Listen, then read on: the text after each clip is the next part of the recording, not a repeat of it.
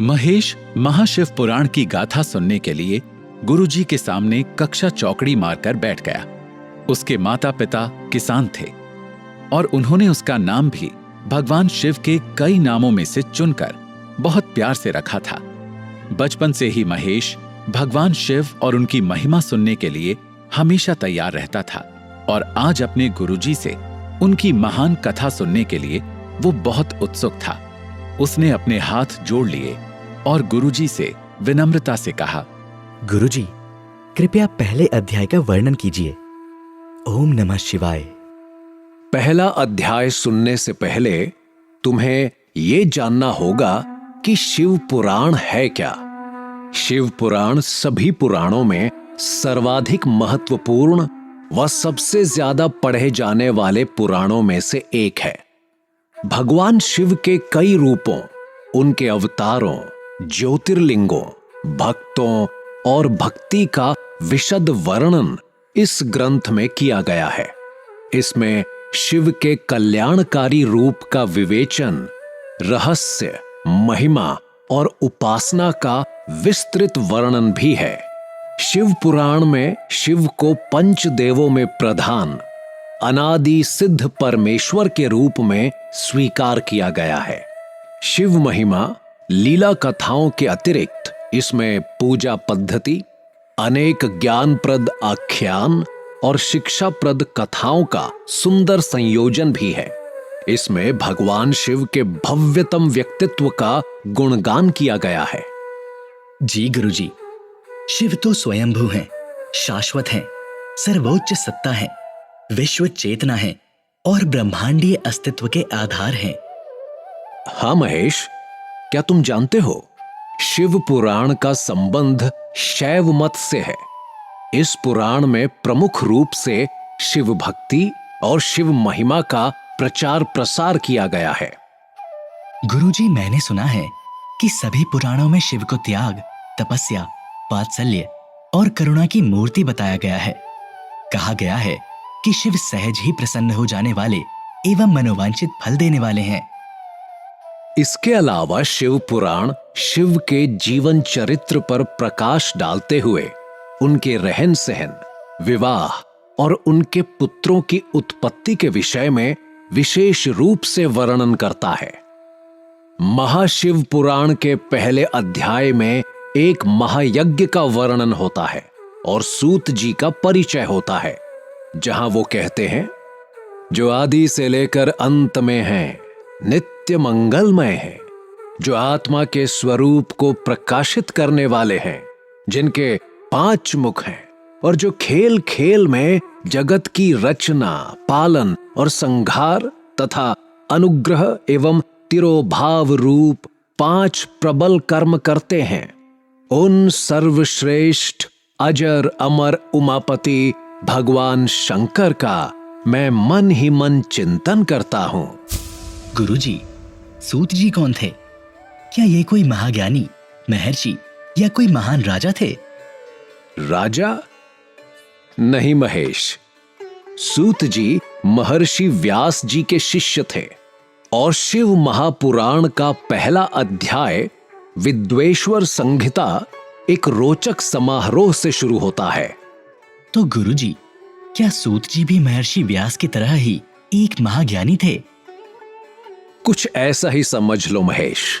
व्यास जी ने विद्वेश्वर संहिता में कहा है, धर्म का ये महान क्षेत्र जहां गंगा यमुना का संगम होता है, ये प्रयाग जो स्वयं ब्रह्मलोक का महामार्ग है, वहां एक बार महातेजस्वी, महाभाग महात्मा मुनियों ने एक विशाल यज्ञ का आयोजन किया। उस ज्ञान यज्ञ के बारे में सुनकर दूर दूर से कई महर्षि और मुनि इसमें भाग लेने आए और पौराणिक शिरोमणि व्यास जी के शिष्य सूत जी भी वहां महान मुनियों के दर्शन करने पधारे। गुरुजी, महाज्ञानी सूत जी को देखकर महर्षियों ने क्या उनका सम्मान किया? हाँ महेश, सभी मुनियों ने उनका स्वागत व सत्कार किया और उनकी स्तुति करते हुए हाथ जोड़कर उनसे कहा, हे सर्वज्ञ विद्वान रोमहर्षण जी, आप बड़े भाग्यशाली हैं। आपने स्वयं व्यास जी के मुख से पुराण विद्या प्राप्त की है। आप अनगिनत कथाओं का विश्वकोश हैं। आप भूत, भविष्य और वर्तमान के विद्वान हैं। हमारा सौभाग्य है कि आपके दर्शन हुए। आपका यहां आना निरर्थक नहीं हो सकता, क्योंकि आप कल्याणकारी हैं। ये महायज्ञ क्यों आयोजित किया गया था गुरुजी? क्या विश्व तथा भारतवर्ष पर कोई विपदा आन पड़ी थी? उस समय विश्व कई बदलावों से गुजर रहा था महेश।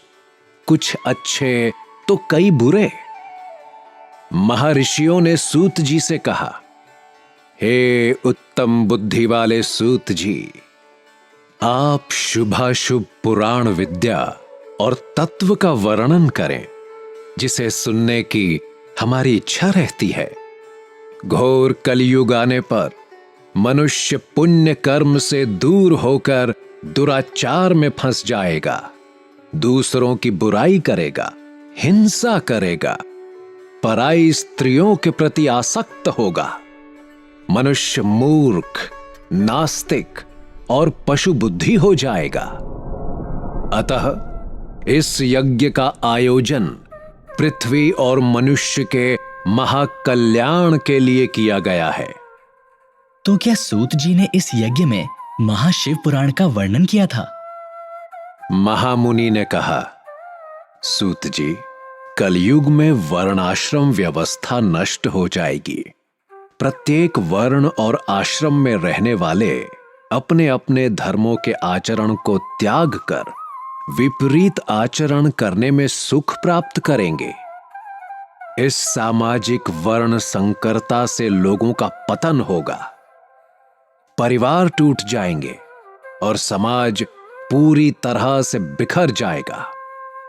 प्राकृतिक आपदाओं से जगह जगह लोगों की मृत्यु होगी, महारोग फैलेगा, धन का क्षय होगा, स्वार्थ और लोभ बढ़ जाएंगे, यहां तक कि ब्राह्मण लोभी हो जाएंगे।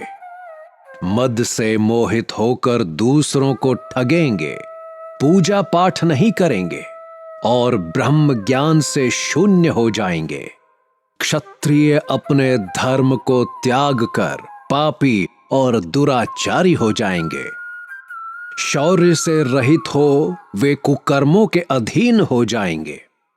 विश्व संस्कार भ्रष्ट होकर कुमार्गी में धकेल दिया जाएगा। लोग अपने धर्म को भुला देंगे और वाद विवाद करने लगेंगे। वे स्वयं को सर्वश्रेष्ठ मानकर दुर्व्यवहार, विश्व युद्ध और नरसंहार पर उतर आएंगे। गुरुजी, आज तो हमारे चारों तरफ विश्व इन्हीं सब कुकर्मों से घिरा हुआ है। इस तरह जिनकी बुद्धि नष्ट हो गई है और जिन्होंने अपने धर्म का त्याग कर दिया है, ऐसे लोग महामोक्ष कैसे प्राप्त करेंगे? इस चिंता से हम सभी आज व्याकुल हैं। तुमने सही कहा महेश, और इसलिए महामुनियों ने काल के नाश और संसार के कल्याण के लिए सूत जी से आग्रह किया। सूत जी, परोपकार के समान कोई धर्म और कर्म नहीं है। इस धर्म और कर्म का पालन करने वाला दूसरों के दुखों को मिटाकर उन्हें सुखी करता हुआ स्वयं भी प्रसन्नता का अनुभव करता है। मनुष्य में यदि यह भावना दृढ़ हो तो उसका हृदय शुद्ध करते हुए उसे परम गति प्रदान करती है। हे महामुनि सूत जी, आप समस्त सिद्धांतों के विश्वकोश हैं। कृपा कर कोई ऐसा उपाय बताइए जिससे इन सब के पापों का तत्काल नाश हो। फिर क्या हुआ गुरुजी? व्यास जी कहते हैं, उन श्रेष्ठ मुनियों की चिंताओं को सुनकर सूत जी ने मन ही मन परम श्रेष्ठ भगवान शंकर का स्मरण किया और फिर उनसे विनम्रता से बोले,